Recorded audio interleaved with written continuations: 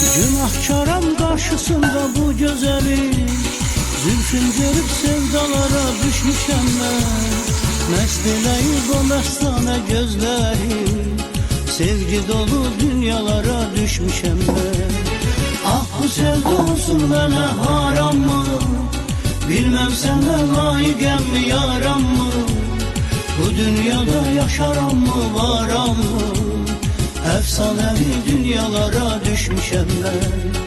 Efsanevi dünyalara düşmüşem ben. Dünya güzeli, dünya güzeli, valla bu dünya güzeli. Dünya güzeli, billah bu dünya güzeli. Hoş yerişleri, aşık edeva, Allah ne yedi, resmen dineva. Gel üzme beni, naz eleme nazlı peri. Gel üzme beni, naz eleme nazlı peri. Məhəbbətin havası var başımda, umudu baharımda, qışımda. Hiç açmamış yüreğimi karşında, Məzlum kimi səhralara düşmüşəm ben. Ah bu sevda olsun mənə haram mı? Bilmem sənə layiqəm mi yaram mı? Bu dünyada yaşaram mı varam mı?